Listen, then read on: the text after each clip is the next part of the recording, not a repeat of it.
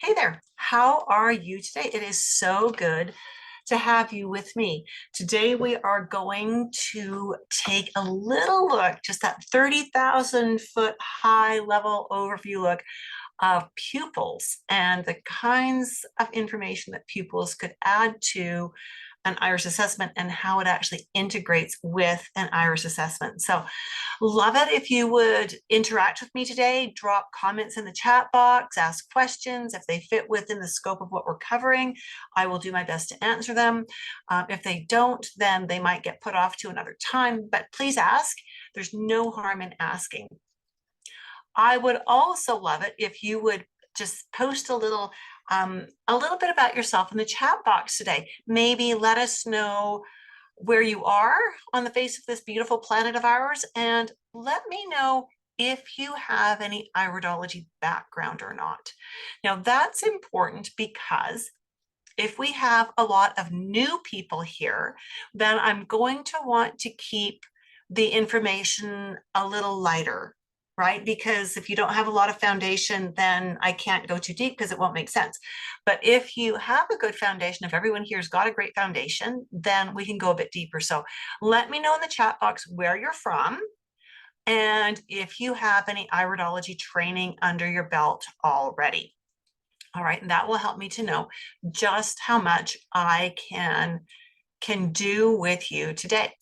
Also, if what I'm sharing with you today catches your interest, stay with me till the end, and I will share information with you as to how you can actually learn more about iridology.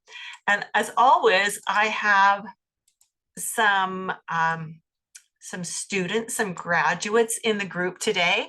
And so you're going to see them periodically posting comments like Jack just said. I had the best iridology teacher, and she is one of my certified grads. So good to have her with us today, and all the rest of you who are also in my grad group, welcome. It's always good to see you. And just kind of on that note, just want to throw this out there. This is a student of mine. She's a CNHP, and she's an NHCP, got those letters backwards.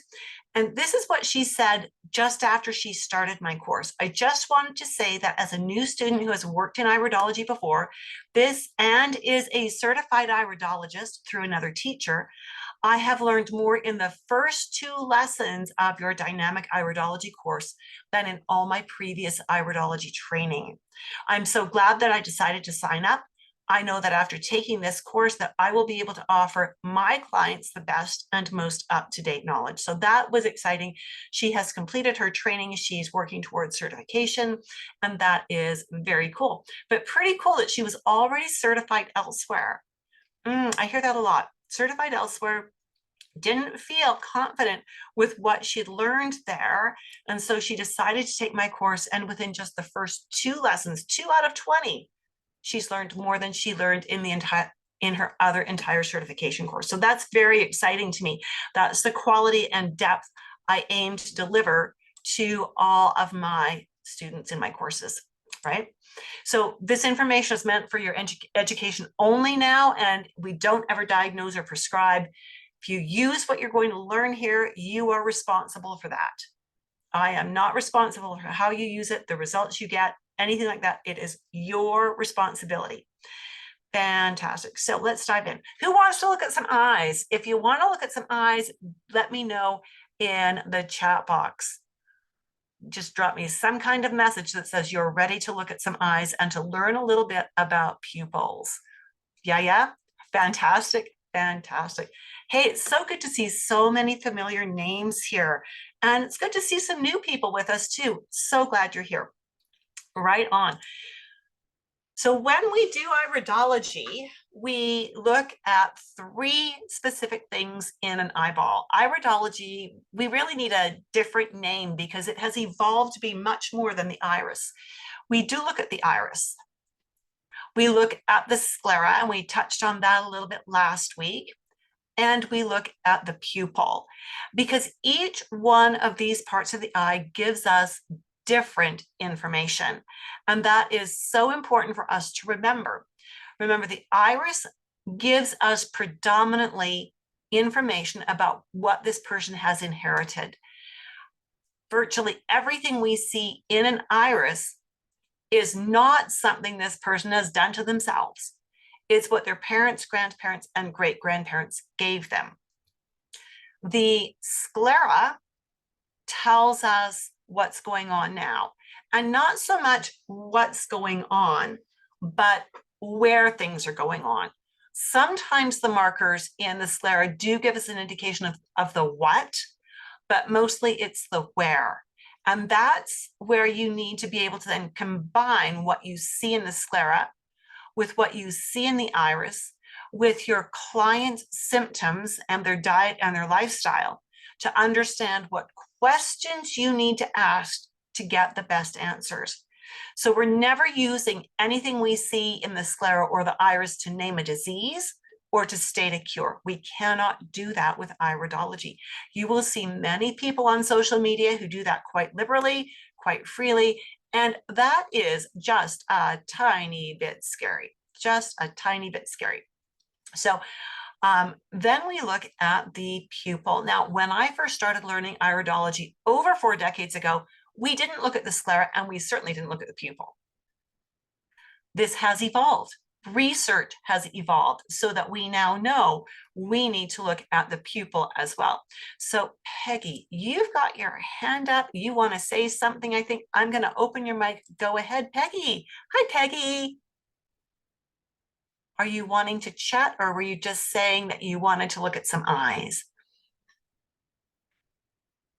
Okay.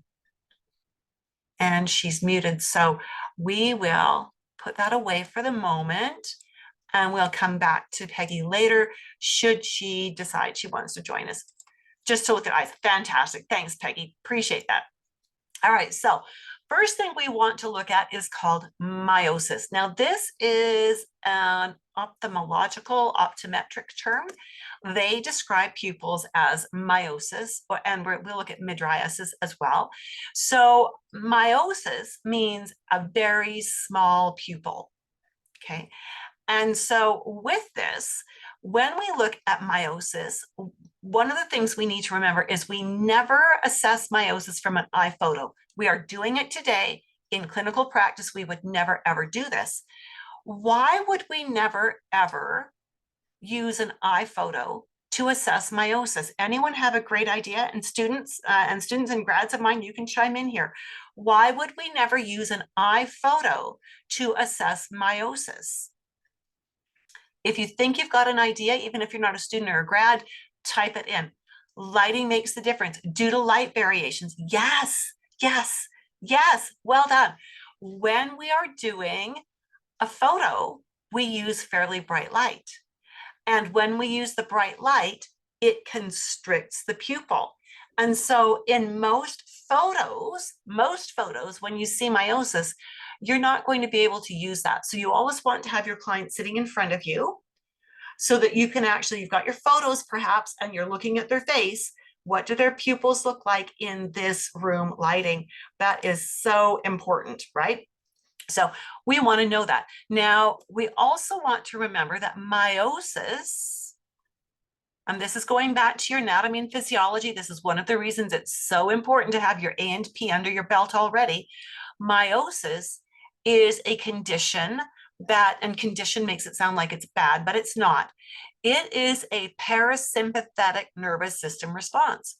So when the pupils are small, naturally small, not forced to be small with light, it says this person is chill.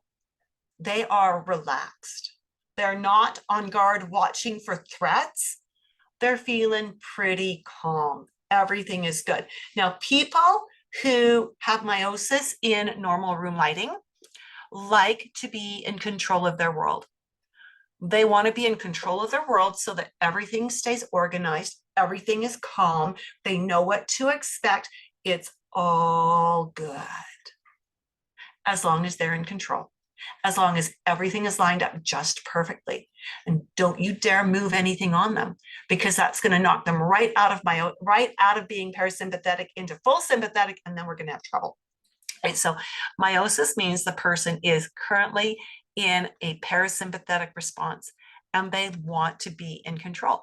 So if you are looking at a client's eyes and it's just normal room lighting, and maybe you've got a few people sitting with you, and you can compare their pupil size, one person to the next, and you see that, yep, this person's, the 2 or 3 of these people, their pupils are about the same size, this other ones are maybe large, this other one's maybe small, then you've got a good base comparison for what the pupil size should be given that room lighting. All right, this is another reason why before and after photos don't work.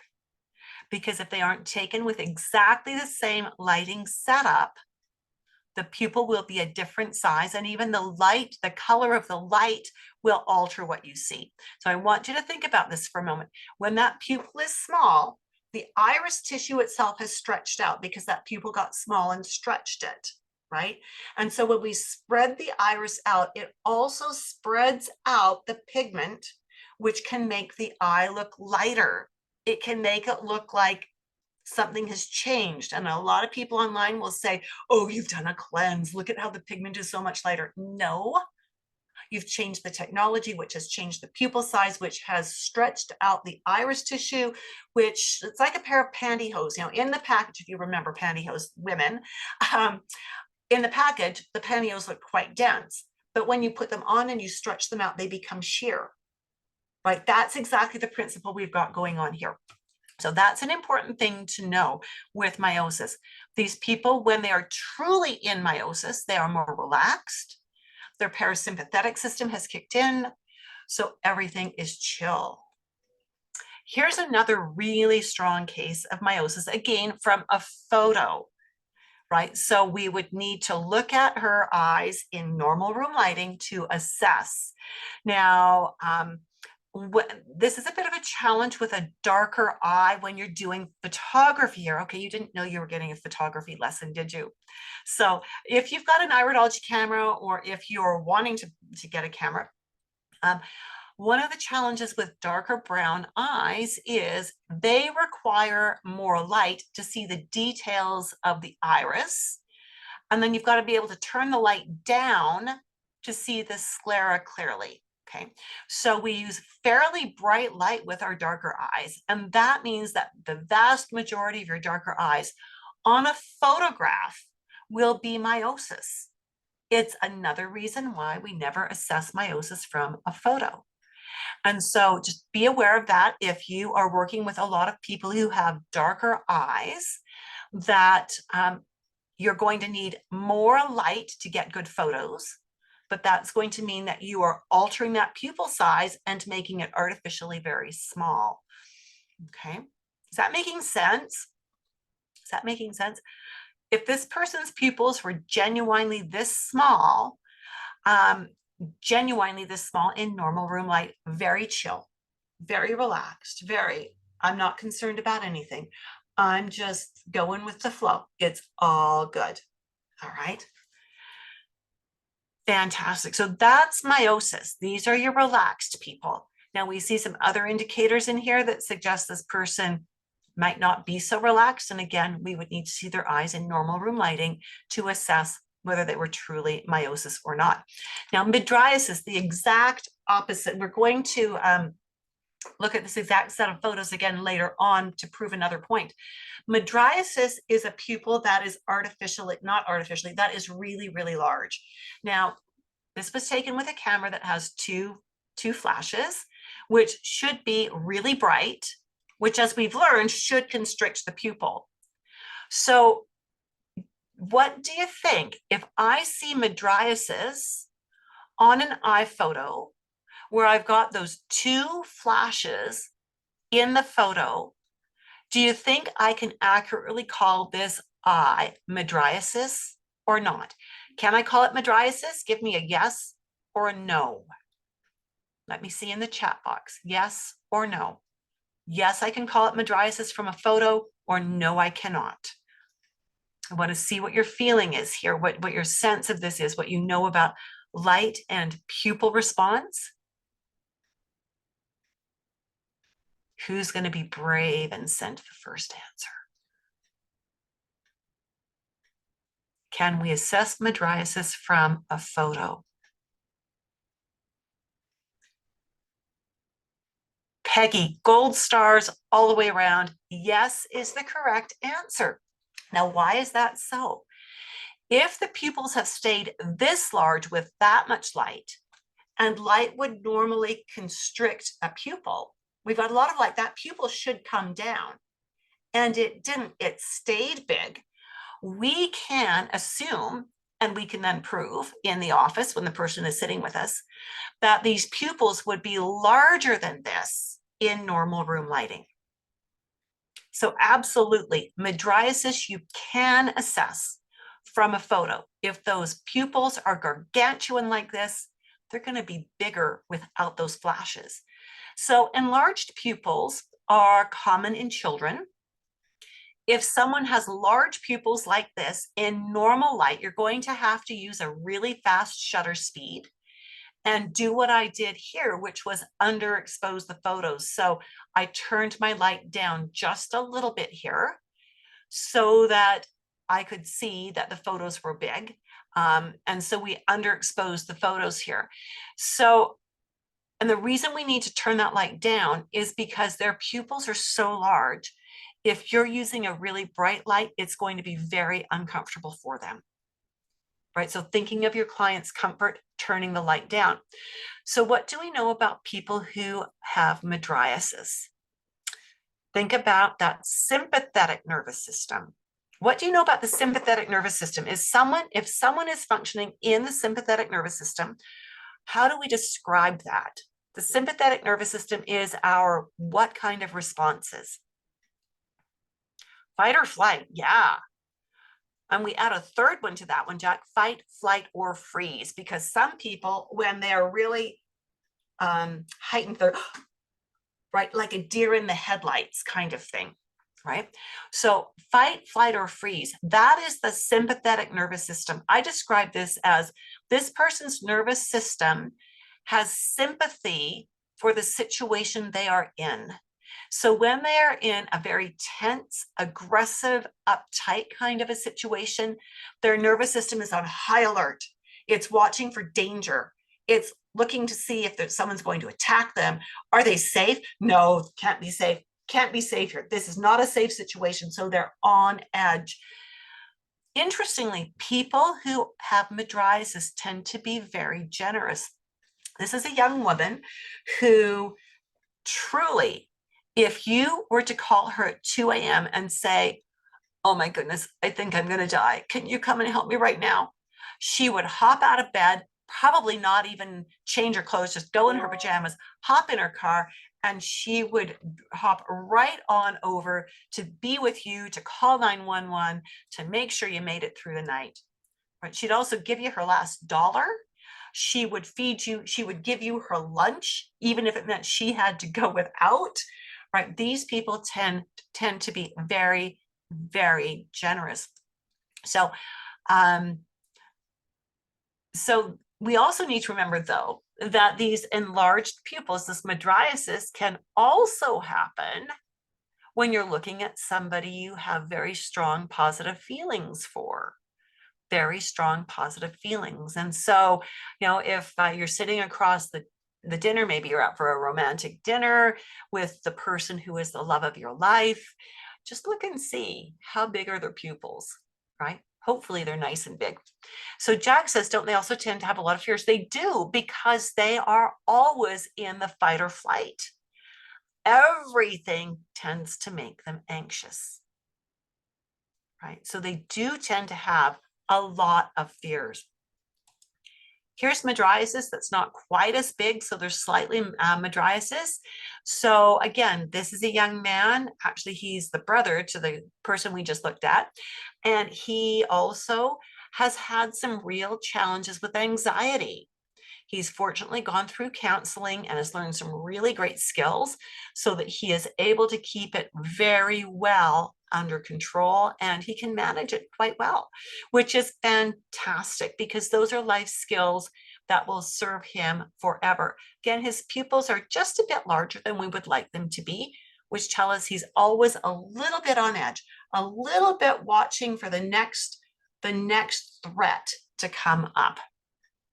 All right, so now that we've done it, we've got more eyes to look at, but now that I've hopefully intrigued you a little bit, like to introduce myself. I'm Judith Cobb. I am a level 3 IPA certified iridology instructor. There are only 8 level 3 instructors in the world. And although these badges look like I've only been at it for a couple of years, IPA makes us, in order to keep our certifications current, we have to do upgrade hours as instructors every 2 years. And so when we've completed our upgrades and I've submitted that for approval, then we get a new badge that takes us another 2 years. I have been in the holistic health industry for about 43 years now. I started out as a Jensenian iridologist, got a little frustrated with that because it didn't work. And that was when I had the opportunity to learn constitutional and study under one of the gentlemen who brought constitutional to the forefront in North America. And since then, I have just been running with it. It's absolutely the best thing to ever happen to me. In my clinic, I am also a master herbalist and a natural nutrition clinical practitioner with affiliations with the organizations you see on the screen. In the clinic, I love working with high-risk pregnancy, fertility challenges, new families, new moms, things like that, children. That's my whole forte, is the reproductive years. But as I am aging and my clientele is aging, I am becoming quite a specialist in menopause as well. Now, having said that, it's really important when we have iridology to also have other skills, because we can assess eyes, but we need to be able to give our clients recommendations. And that's why I feel it's very important that we have herbology or nutrition or aromatherapy or flower essences or something that we can work with as a modality.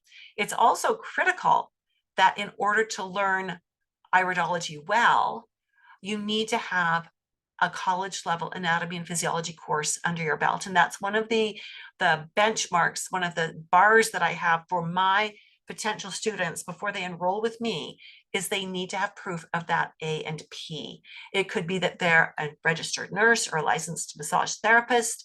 It could be that they're a naturopath, or that they've got some other training that they're licensed in that required it, or maybe they've just simply taken a college level A&P so that they could learn iridology. Either way, it's great. So Megan is asking, what's the difference between Jensen and constitutional? Jensen says, let's just pull up another eye slide and then we'll talk about this. We'll bring it back to pupils in a moment. Jensen says that each of these pigments are the result of something you've done. You've acquired some toxicity and you need to do a cleanse to get rid of those toxins. And when you do, these marks will disappear. These pigments will disappear. I've worked with that for 10 years, put clients through very strict cleansing paces. We never saw pigment disappear. We know from constitutional that these are inherent. They teach us about inherent potentials.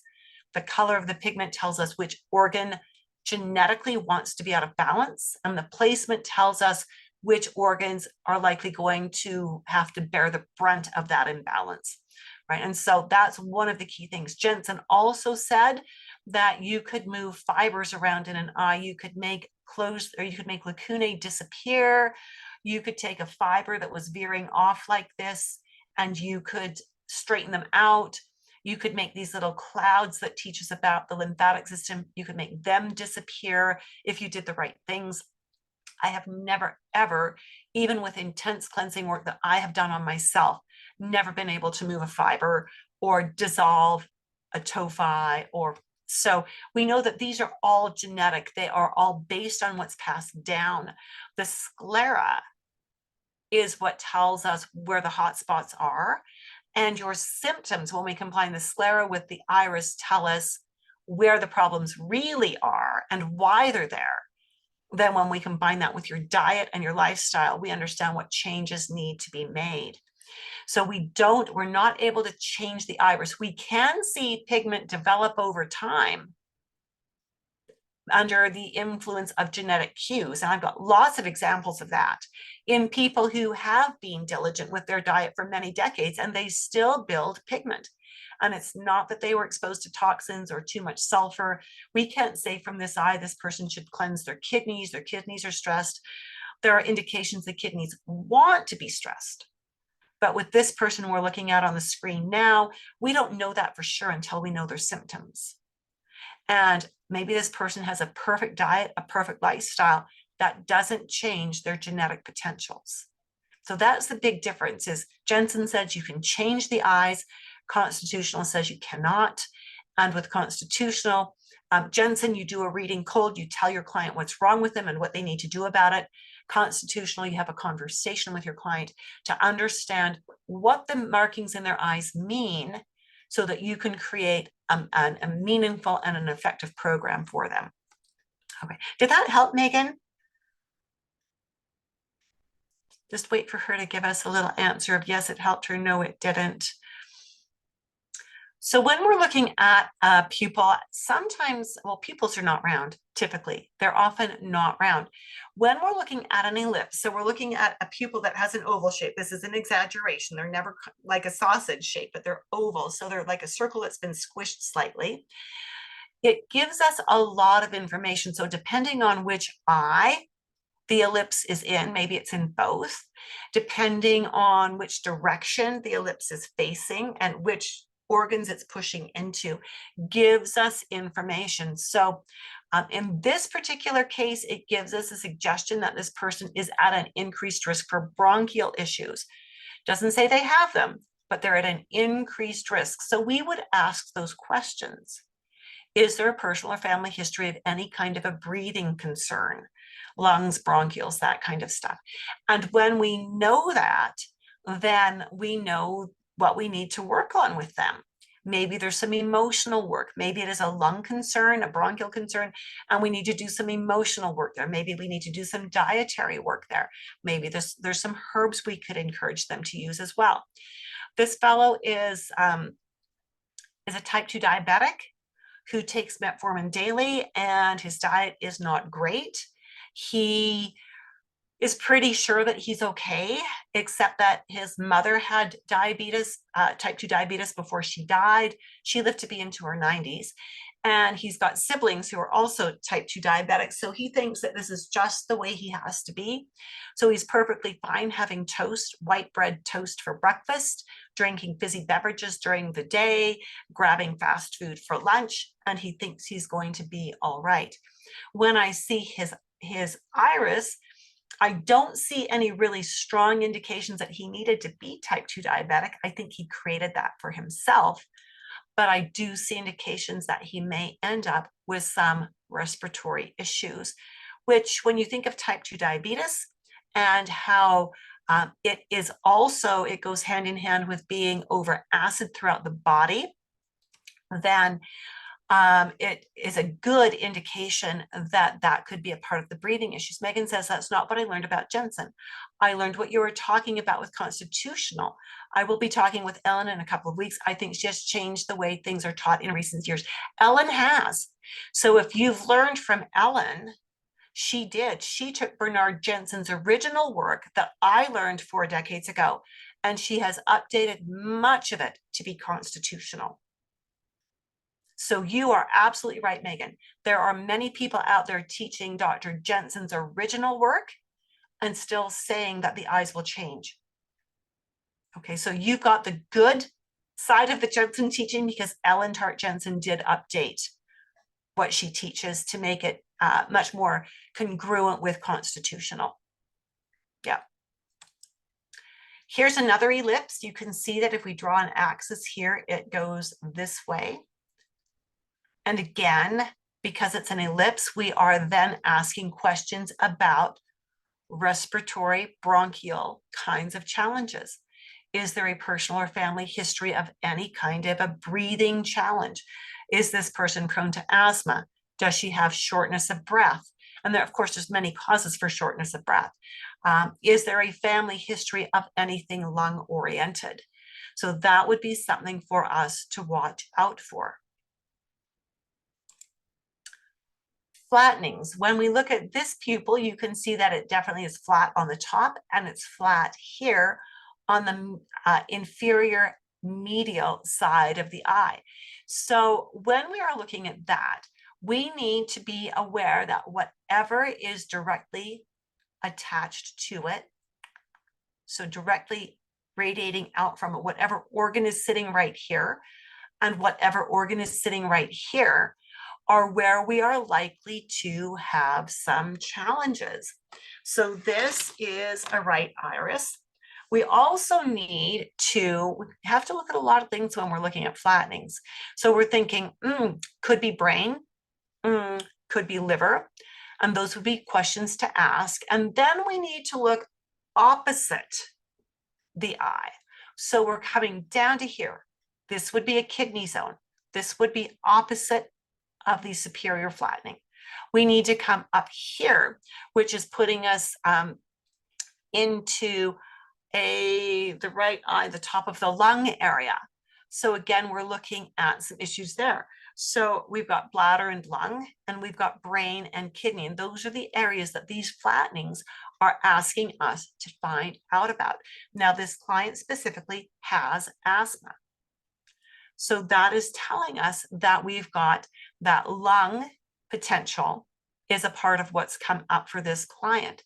So we need to work then to strengthen those organs and systems and balance out the nervous system in relation to those organs and systems to give us a fighting chance of rounding out this pupil.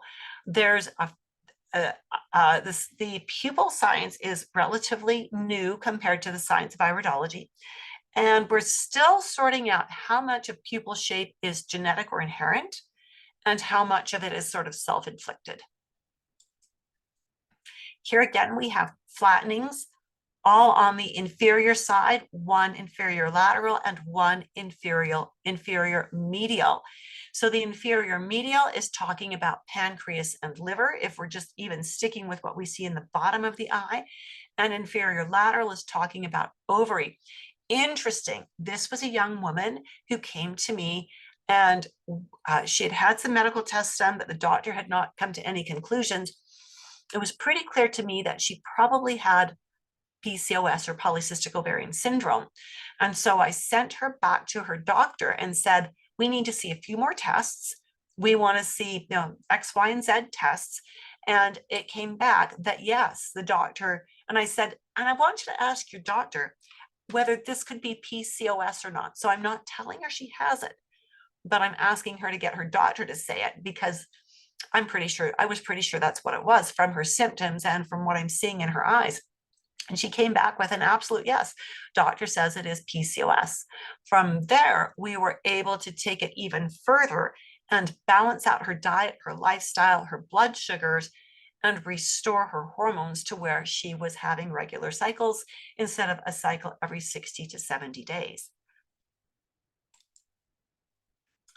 Here again, we've got superior in the right iris. So this is as you're looking at the person, her nose is right here. You're sitting across the table from her.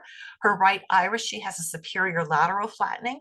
And in her left, she's got superior medial and inferior medial.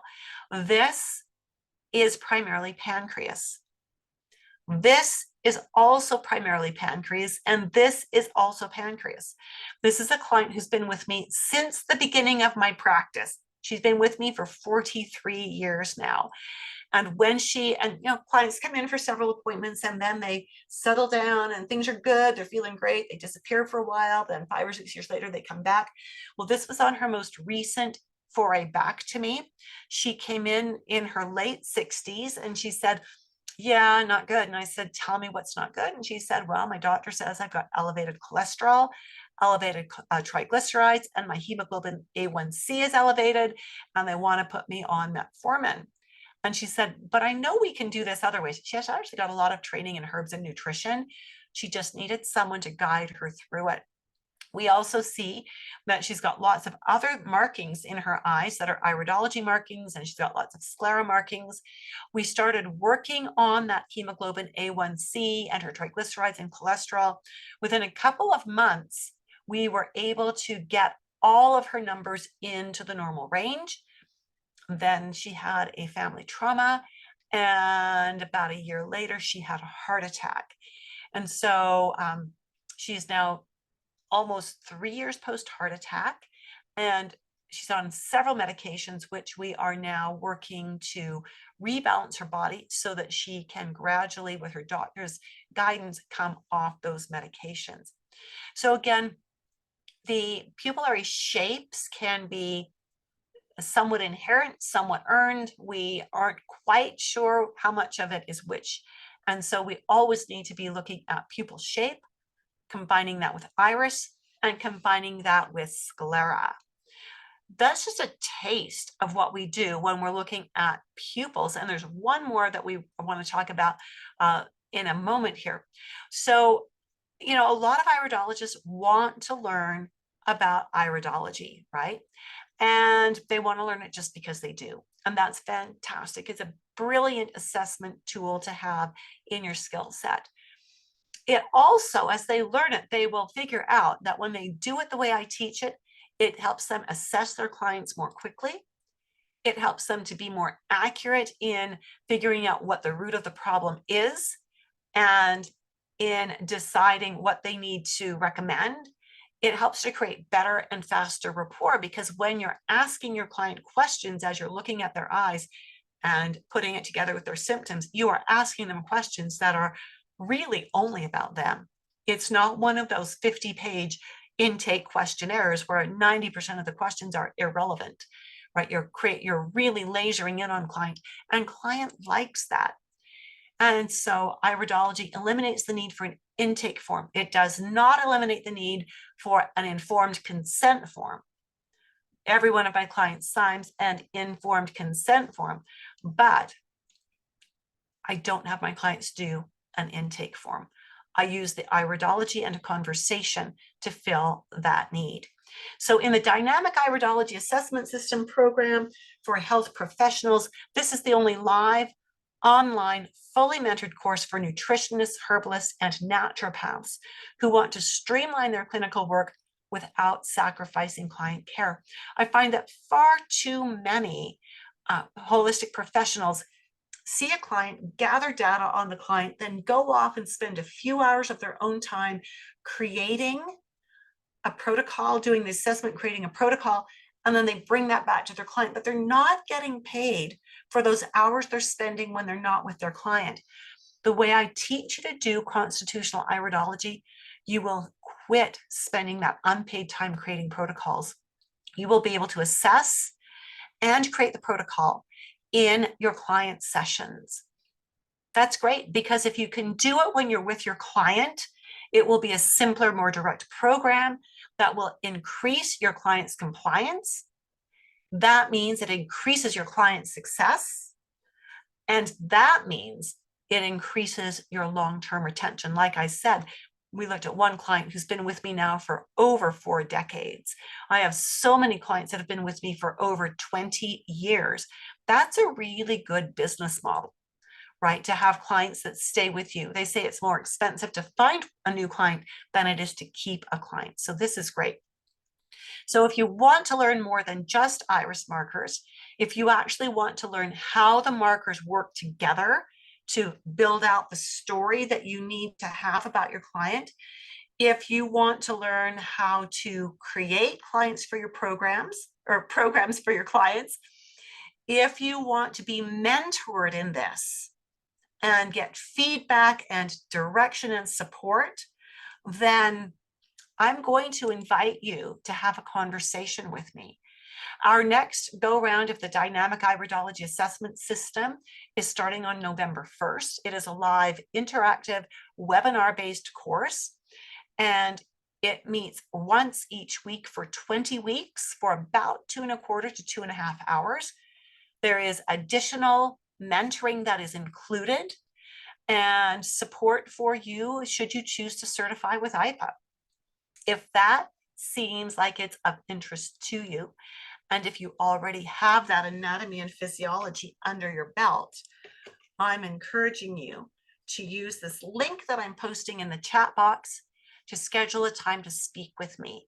Now, this chat time that I'm encouraging you to schedule is not a high pressure sales pitch. I don't want anybody in my class that feels like they've been strong-armed, right? I only want people where we see that the course is a good fit, that the course is a good fit for them, that they are a good fit for the course. And if we ascertain that in this little chat we're going to have, I will invite you to enroll.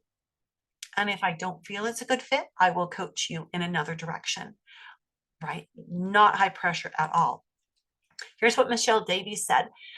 Michelle came to me already certified levels 1, 2, and 3 through the David Pesic course. And I asked her, why did you take my course? She already had all this training. And she said, I wanted the latest info from an experienced practitioner that has used iridology in nutritional practice for a long time. Having my classroom at home allowed me to have all my charts and books by my side and made it easier. And having an awesome sharing and caring teacher made it the best. Judith helped me better my nutritional iridology practice. I recommend her courses to everyone because we do practice integration, not just iridology, but how to integrate it with the skills you already have. Stephanie Morgan has a master's degree in education. So she understands education. I asked her, why did you take my course? And she said, I'd seen enough of instructors online to know that you were the best teacher, the way you organize information, check for understanding, coach students. Other instructors know their stuff, but you have the heart of a teacher. I wanted to graduate with understanding, not just knowledge. And then later on, she just posted on a post that I had made, she said, I just have to praise my teacher for a minute. Those of you who know Judith from videos already recognize she's an amazing instructor. What you may not realize is that students and graduates have access to Judith and training videos and alumni. We have a special group for my alumni, even after the class is finished.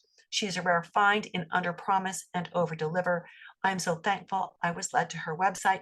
Jack has commented in the chat box. I recommend this course too.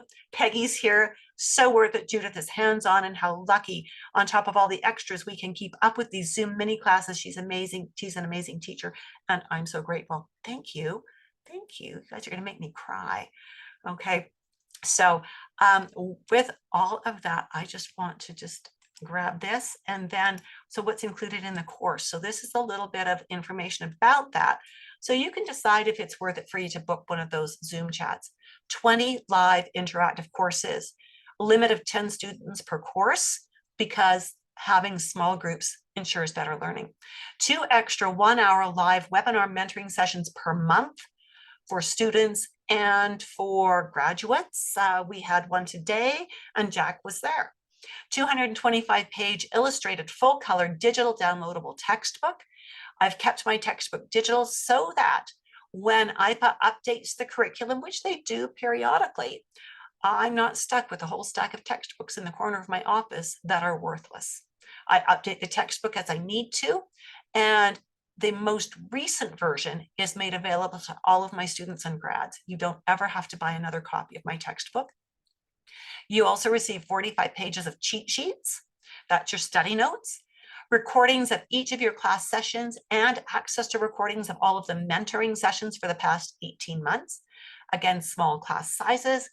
And should you decide to become an IPA certified iridologist, I include one-on-one mentoring for up to 10 months after your last class date. Most teachers charge extra for the mentoring. So lots of good things, juicy things included in the course. Now we're going to go back to a set of eyes we looked at earlier, because this is, Megan says, thank you, Judith, appreciate you. You're so welcome, Megan. Glad to have you with us today. When we looked at these eyes originally, we just talked about how large pupils were. But when we combine that with many other things, it gives us a deeper understanding of problems this client might be having. So this is a young lady who struggles with anxiety. So we've got these super huge pupils, which say she's in fight or flight. And even now, these photos were taken 3 or 4 years ago. Even now, with the work we do, because she's not very consistent, her pupils are still large. But now she has added to the anxiety issues, problems with her GI tract. So when we see that the pupil is so large, and we know she's functioning in fight or flight, which means the digestion gets shut down very quickly and very easily, We then also look, for example, in her case, at the collarette placement, and we see how close it is to the edge of the pupil. And that also tells us that her stomach and her intestinal tract are going to struggle. And so this is going to lead to digestive concerns. And we are going to need to be addressing that for the rest of her life and supporting her digestion. So with this young lady, we need to support her nervous system to try to keep the nervous system calmed down. And we need to support digestion to make sure she can eat enough food and digest it well enough to get the nutrients she needs to feed that nervous system again. So the pupils give us a lot of information beyond just, oh my goodness, this person is mydriasis and she's functioning in fight or flight, right? So we can begin to combine markings and the placement of markings to get a deeper understanding and to understand what questions we need to be asking our client, right? We won't see that collarette change position, but we can with time, if she does her homework, we can support the nervous system to bring that pupil down to a more normal size. And even that is going to enhance her digestion some. So lots of information here, lots. We haven't even touched on everything else the eyes say because we were focusing primarily on pupils today. So again, just inviting you and encouraging you, if you are a holistic health professional and or if you've got that college level anatomy and physiology course under your belt, maybe you're a registered nurse, that would certainly count. And you are interested in seeing if dynamic iridology is a good fit for you, then please make use of that link that we posted earlier. Let's have a conversation and just see if we think this is a good fit. And if it is, I will invite you to get enrolled. Any questions or anything else that you would like support with on the topic of pupil shape? And if not, we will wrap up for today. Elmer says, nice, and I'm grateful for this mini class. You are welcome, Elmer. Glad to have you with us today. You will each be receiving the replay link. It'll come out to you tomorrow, so watch your emails for that. Fantastic. Well, it looks like that's all we've got coming in for now. So Peggy says, me too. Thanks, Judith. Excellent. Look forward to seeing you again on a future class. Again, because you registered for this mini class, you are now on my mailing list. And that means that you will receive email notifications when we are doing mini classes so that you can register for them to either attend them live, or if you register, you will also receive the replay link, usually the following day. So have a fantastic week and we will talk to you soon. Bye for now.